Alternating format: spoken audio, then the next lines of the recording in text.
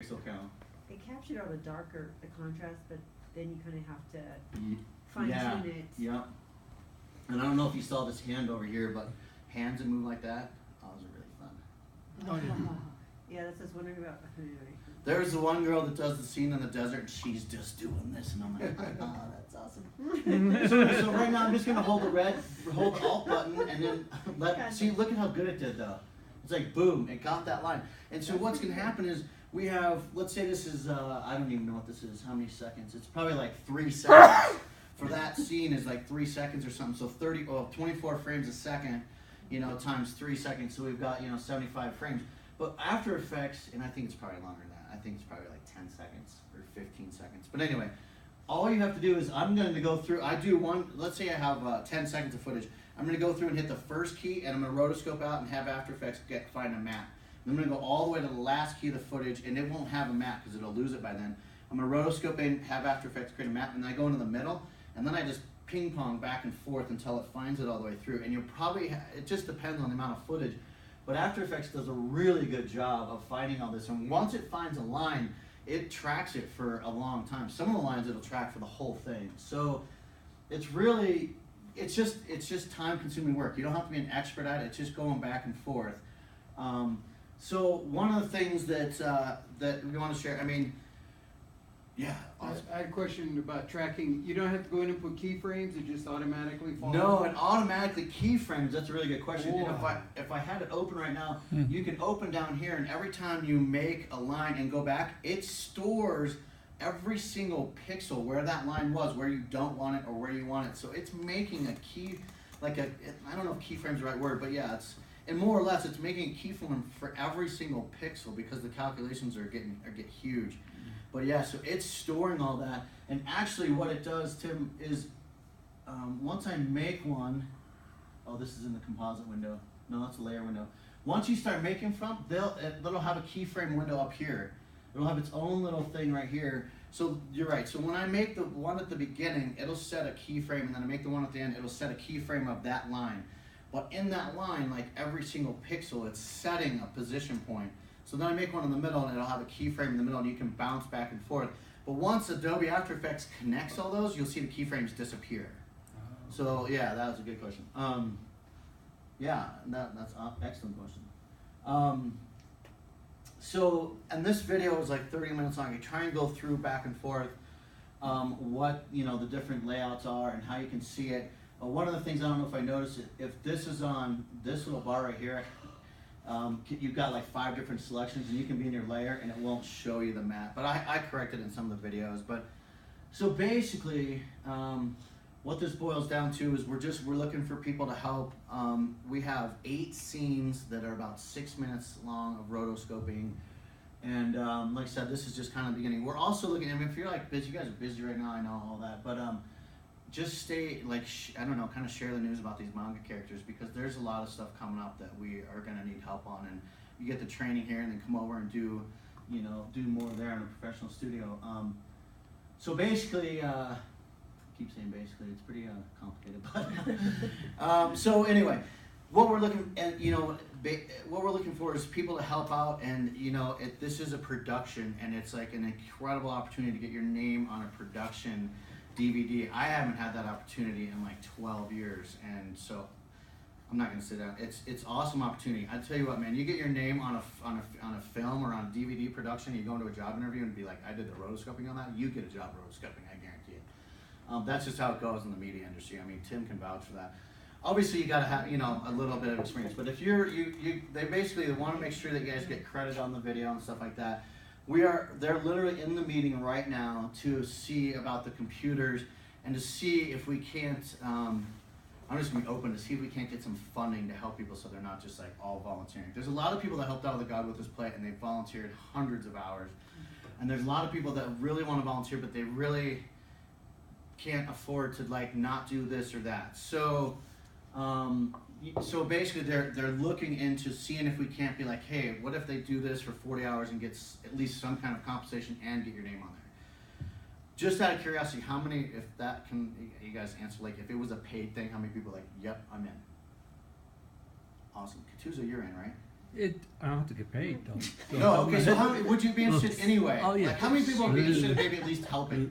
I'm just curious. I guess I'm just curious for myself is like, how many people are like, man, I could do that, but if I got $300 for the month of doing it, that would be a deal breaker, I would do it. Okay. Because we seriously need to get this done. I'm just curious. For me, I have to get paid something. I can't take everything off my plate and spend 40 hours a week, 40 hours this month doing it. So what that something is just like, okay, I just need food money here or whatever. And so I'm not trying to say, hey, you know, it's gonna be a lot. I'm just curious. Tim wants to do it. Just Yeah, I do. Tim needs to get paid time. If you had 4 people that could do 10 hours a week, could that count as one person for you, or if you had 2 people that could do 20 hours a week? Yeah, that's an awesome question. So if you're like, hey, I can do like 4 hours a week or something like that, we would just have a machine down there and have a file saved where we can break up this footage into like, hey, these are the people that can just come down and help when they can, compared to, hey, I can help, I can do, and basically we've got, and I'm gonna say 6 weeks, and hopefully this happens in the meeting, because they already said the DVD was gonna come out.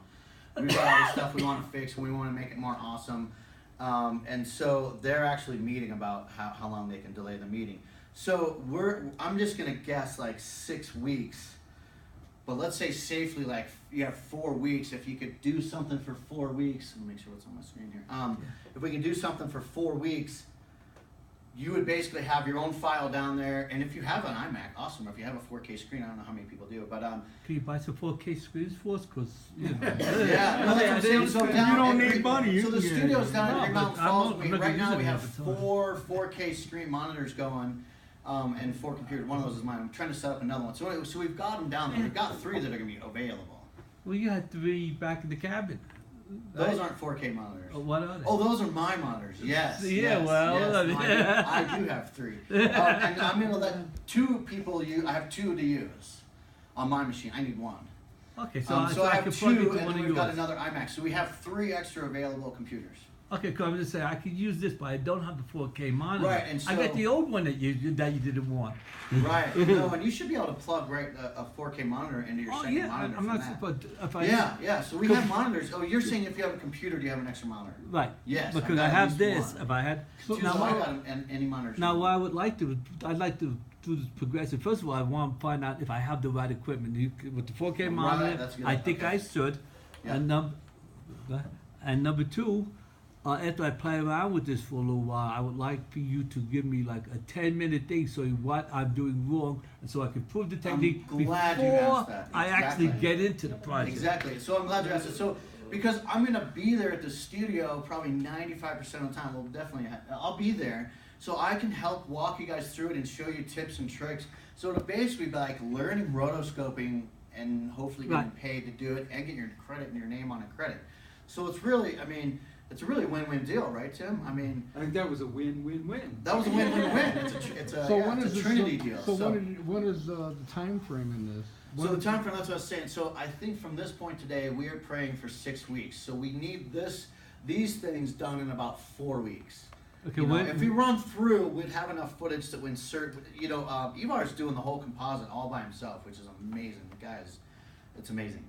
I don't even understand it. All the sound bites and stuff that he's got going in there. So anyway, so if you're doing some rotoscoping, let's say we finish 3 minutes out of 6, then send that over to Ivar. He can get it in the final edit while you're working on stuff. So I'm going to say that we have 4 weeks, you know, but I think that could bump just a little bit. And it's because we promised we promised, that's what you team player. We promised that the DVD would go out like this month or next month, end of July. July. So anyway, so I wanted to just quickly. So what we're also doing is they initially brought me on to do some 3D transitions. So at the beginning of the scene, you know, where they have just some maps and they fly down into this 2D thing over Rome. What we're doing is actually I've got a bunch of 3D models. I don't know if you can tell it's a 3D model by the picture, but we've got a bunch of 3D models, and this is Circus Maximus. I don't know if you remember, but it's on actually the other side. Of course. At the beginning of the scene, they fly down into Rome, right, and then they're sitting in the marketplace at Circus Maximus. Well, this is the scene where they're sitting right here. So we've got all these Roman models, and we're bringing those in, and basically we're gonna have the camera transition from the sky into Earth into Italy, and drop them right down into a 3D world right in front of Circus Maximus, and then boom, the screenplay takes. starts. So we have once you sit down and you have all these ideas and stuff, it's like, man, we could do this, and then it's like, okay, how much time? So it's one of the things that we're pitching with, Andrew Womack Ministries about, hey, this is why we need 6 weeks. We need the rotoscoping, but we're also going to add all these boom effects. So Now, when's this thing going to start? what? Well, I'm talking about the project, the Joyland. Or Today. that. I actually moved in. Yeah, I started moving in desks yesterday. We've got internet guy coming over today, possibly tomorrow at the latest. So you could get started this week for sure.